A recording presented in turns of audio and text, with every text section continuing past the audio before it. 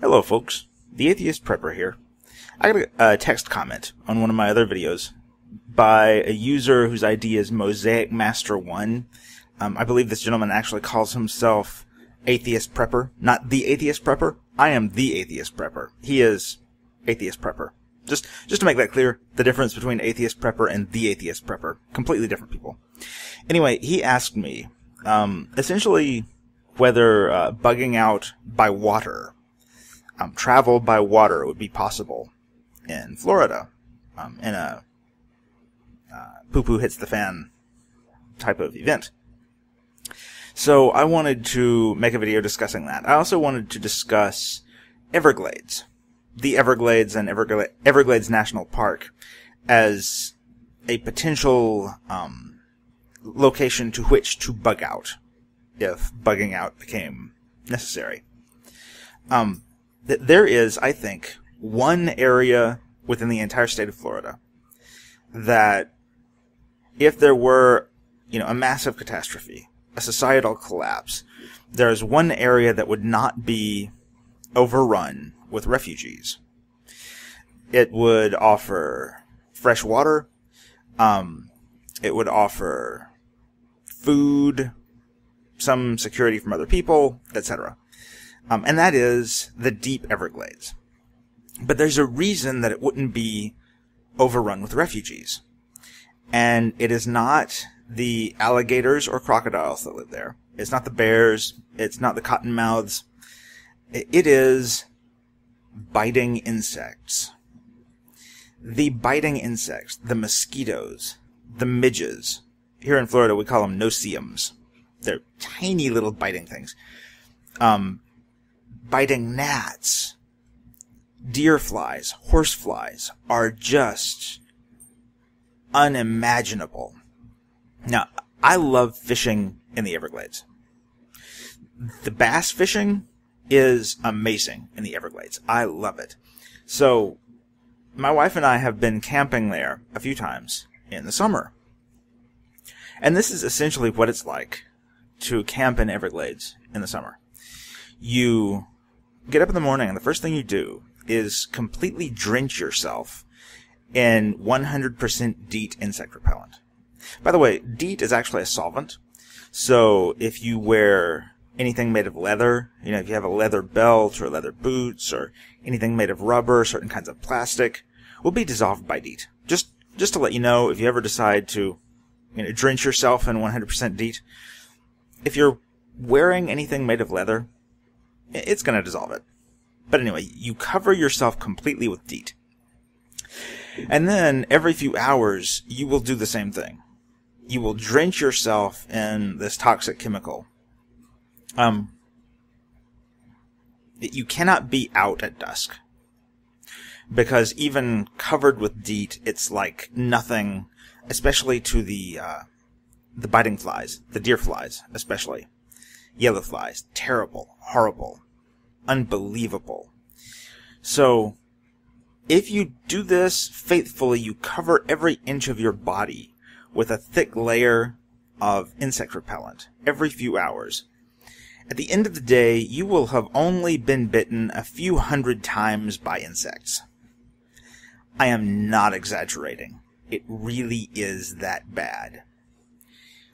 It, of course, is hot, so you can't just completely cover your skin the whole time, and even if you do, they're still going to find a way in. At night, it's hot at night, so you want to have, like, the flaps on your tent open, and you can get one with that nice mosquito netting, Most tents, I think, have, like, a window, a flap with mosquito netting over it. Well, the no-see-ums, the tiny midges, are able to get through that. So, you have to make sure you are covered with insect repellent while you sleep, and you will still be eaten alive, inside your tent, by midges. And then the next morning, you will get up and you'll cover yourself again with insect repellent, and over the course of that day, you will be bitten a few hundred times by mosquitoes, and biting flies, and gnats, and no-see-ums. I enjoy the Everglades, but I can only take it for a few days at a time. I can be there for a week.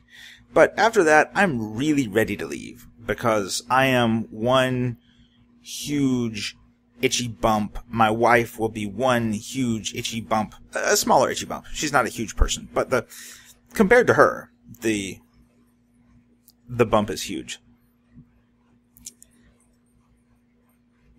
You just couldn't live there. You couldn't. Yes, maybe technically it would be possible for some people to survive there, but just as a practical matter, you couldn't do it. You would just be eaten alive. You would not be able to stand the torment of the biting insects, and you could not carry enough insect repellent to be able to withstand that. It would be horrible. So anyway, that out of the way, can't live in Everglades. About travel by water, generally speaking, you could get out of the state by water, but it would have to be the ocean.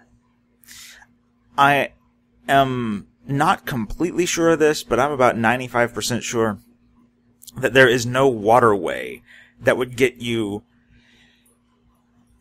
out of the state, unless you're very close to the top. I mean, if you're almost at the Georgia border, you could probably, find a river or something that you could boat out of the state. But if you're Central Florida, South Florida, anywhere other than right up at the Georgia border, you're not going to be able to get out of the state. And even that, you're not going to be able to get very far. A lot of the waterways we have, if they don't actually come from the ocean, a lot of them come from springs, from lakes. Most of them have shallow areas that are hard to pass. So traveling any distance by fresh water in Florida really is not practical. You would have to carry your boat a lot to be able to travel by fresh water. But if you had a boat that was substantial enough that you could travel by ocean water, then you could do that. But not really by fresh water.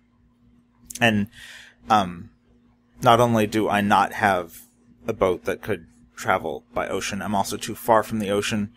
That really wouldn't work for me. He also asked about crocodiles. There are crocodiles in Florida. They are limited to salt water in essentially the southernmost tip of Florida. So there are salt crocs in the Everglades. Probably what he's talking about is alligators, which, if you've ever been to Florida, you know every pond has an alligator in it. If it rains a lot and you have a depression in your yard that fills up with water, there is the possibility you're going to wind up with an alligator sitting in that water in your yard. It does happen, because they are everywhere. And they can be quite large, quite dangerous, and kill people. And they can, under some circumstances, be fairly aggressive. Usually they're not. I think I would consider alligators, yes, I wouldn't try to swim across a river. I wouldn't try to swim across a lake. But traveling by boat, I wouldn't be too concerned about alligators. I would actually consider them to be more of an asset than a hindrance, because you can eat them. And they're not that hard to catch. In fact, as an avid bass fisherman, I can state with absolute confidence that it is sometimes difficult to keep from catching them. If you're using any kind of topwater bait, jerk baits, poppers, whatever, small alligators are incredibly interested in that. And so if it were a desperate situation, as it is, as a bass fisherman, I try to keep them from going after my bait. If it were a desperate situation and I had, a popper or a jerk bait or something, and there were some small alligators nearby, I'd make a meal of them. Excuse me. Also, even medium-sized alligators. To harvest a medium-sized alligator, you need a good flashlight and maybe a .45.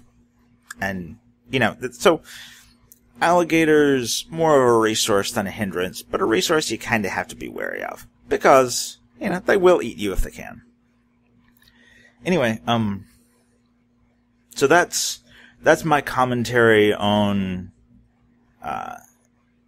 bugging out to the Everglades, bugging out by waterway, and whether crocodiles and or alligators would be a major concern while bugging out. Thank you for watching. If you live in Florida or under similar circumstances, I hope this discussion has been beneficial to you. I hope it's been enlightening anyway. And I hope you'll like and subscribe and all that stuff.